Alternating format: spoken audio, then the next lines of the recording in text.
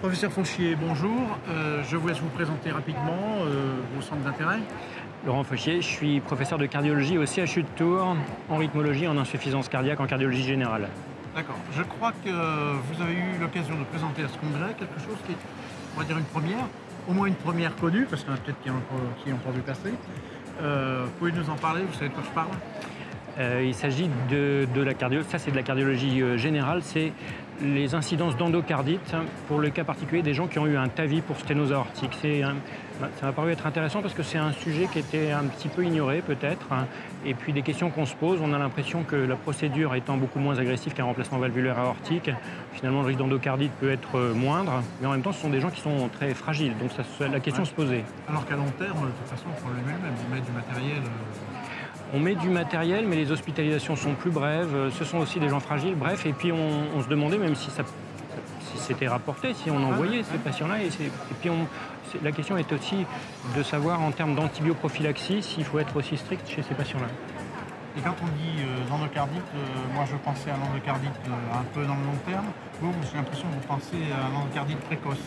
Alors il y a de tout. En fait, on a regardé la donnée, les bases nationales PMSI, et on a comparé. Donc il y a 400 000 patients avec rétrécissement aortique, dont 100 000 ont eu soit un remplacement valvulaire aortique chirurgical, soit un TAVI. On va dire environ 40 000 TAVI, 60 000 remplacements valvulaires chirurgicaux au cours des 8 dernières années. Et puis on a regardé l'incidence de l'endocardite chez ces patients. Ce sont des patients qui sont différents. Les patients avec TAVI, on le sait, ils sont souvent contre-indiqués à la chirurgie. On diminue, c'est maintenant des risques intermédiaires, mais ce sont des patients qui sont plus fragiles, plus âgés que le remplacement valvulaire aortique chirurgical. Donc ça nécessite des ajustements et des matchings. Donc on a fait une analyse matchée où on essaie de comparer au mieux sur une quarantaine de variables des patients avec remplacement valvulaire aortique et TAVI. Et le premier constat, je pense qu'il est un vrai message, c'est que l'incidence d'endocardite sur TAVI est le même que celui d'une endocardite sur remplacement valvulaire aortique chirurgical, c'est environ 1,8% par an. Donc ce sont des choses qui existent, il faut y penser, il ne faut vraiment pas ignorer cet aspect des choses et penser que ces patients seraient à moindre risque d'endocardite, ça n'est pas le cas. Est-ce que ça justifie une même prophylaxie, antibioprophylaxie que les valves mécaniques qu'on met Alors, on pourrait se dire, puisque c'est des patients moins fragiles et ils en font autant, peut-être que l'antibioprophylaxie a été négligée chez ces patients. Et donc je pense que c'est vraiment quelque chose qu'il faudrait qu'on ne perde pas de vue. Peut-être que ce sont aussi des patients on nous arrive d'avoir des patients quasiment qui ont oublié qu'ils avaient une prothèse valvulaire, voire des médecins eux-mêmes qui, quand se pose la question, il n'y a plus la cicatrice, il n'y a pas la cicatrice de sternotomie. Donc je pense que ça, c'est un message. Les germes sont exactement les mêmes en termes de prorata que pour un remplacement valvulaire aortique. Donc l'antibioprophylaxie, moi je pense, doit être similaire, que ce soit en termes de type d'acte à réaliser ou en termes d'antibiotiques, et ça paraît être assez logique finalement.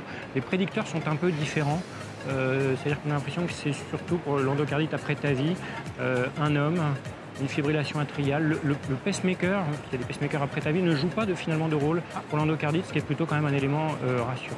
Et puis il y a un dernier point, si je puis me permettre, qu'on a regardé, qui est la mortalité pour ces patients alors qu'ils sont matchés. Est-ce que c'est plus grave ou moins grave d'avoir une endocardite sur un TAVI ou sur un remplacement valvulaire aortique?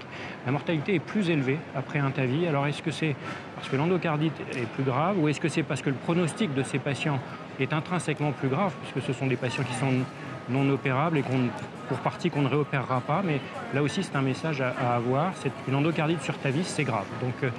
Donc il faut vraiment essayer de la prévenir et on est ramené au fait que ne négligeons pas l'antibioprophylaxie de l'endocardite chez un patient après un TAVI. Merci beaucoup, j'espère que le message est passé et que ça passera dans les mœurs. Merci.